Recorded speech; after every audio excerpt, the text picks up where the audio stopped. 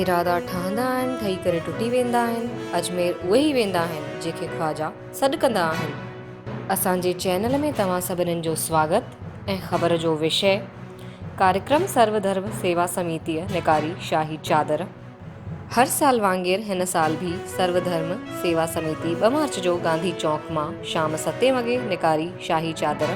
सभिनी खां पहिरें चादर जी रामचंद हिरवानीअ द्वारा पूजा अर्चना कई वई। उनखां पोइ जुलूस निकारो वियो। सभिनी खां अॻिते सफ़ेद 3 घोड़ा हलनि पिया जेके सद्भावना प्रेम जा प्रतीक आहिनि। उन सां बैंड बाजे सां गॾु 5 निशान खणी करे रामचंद हिरवानी हलनि पिया।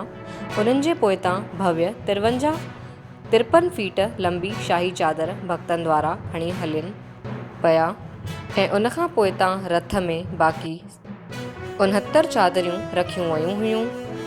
हिन भव्य जुलूस जो गांधी चौक मां निकिरी करे जूना बिलासपुर, हटरी चौक, मनोहर टॉकीज़, जवाली पुल, श्याम टॉकीज़, गोल बाज़ार, सदर बाज़ार, करुणा चौक, सिम्स चौक थींदे हुए मिशन हॉस्पिटल रोड मां निकिरी करे पुलिस ग्राउंड पहुती जिते बाबा मदरसा दरबार ते समापन थियो। हिन भव्य जुलूस ऐं चादर जो स्वागत जॻह जॻह आतिशबाजीअ सां गॾु कयो वियो। गुलनि जी माला पाराए करे रामचंद्र जो भी स्वागत कयो वियो ऐं भक्तनि लाइ जॻह जॻह शरबत ऐं पुलाव जा स्टाल लॻाया विया। हज़ारनि जी संख्या में माण्हुनि चादर जो दीदार कयो। जंहिं भी चादर ॾिठी सभिनीनि चयो त छा ॻाल्हि आहे, अहिड़ी चादर ॾाढो घटि ॾिसण लाइ मिलंदी आहे। 7 ॾींहंनि जी कड़ी महिनत करके इशारे चादर ठाही वई। हिन लाइ कोई कारीगर न रखियो वियो बल्कि घर जे ॿारनि ई सभिनीनि मिली करे तैयार कई ऐं सभिनीनि सर्वधर्म सेवा समितीअ खे वाधायूं ॾिननि।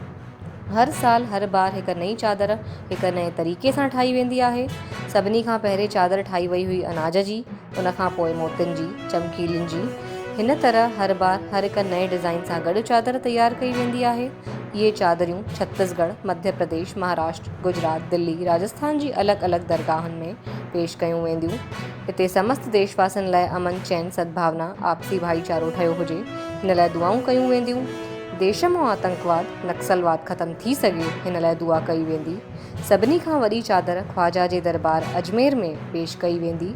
इहा चादर ठाहिण में कंहिंखां बि चंदो न वरितो वियो आहे।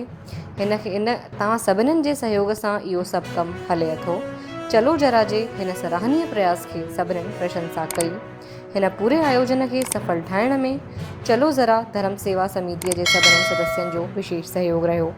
प्रमुख आहिनि रामचंद्र हीरवानी, परम पूजनीय ममता महिमा, कलावती दुसेजा, विजय दुसेजा, कालू भाई, विष्णु भाई, शंकर भाई, मम्मी खान, प्रदीप भाई, विक्की भाई ऐं अन्य सभिनीनि सदस्यनि जो सहयोग रहियो। बिलासपुर जी हिन ख़बर खे लाइक कयो, शेयर कयो, असांजे चैनल खे सब्सक्राइब कयो।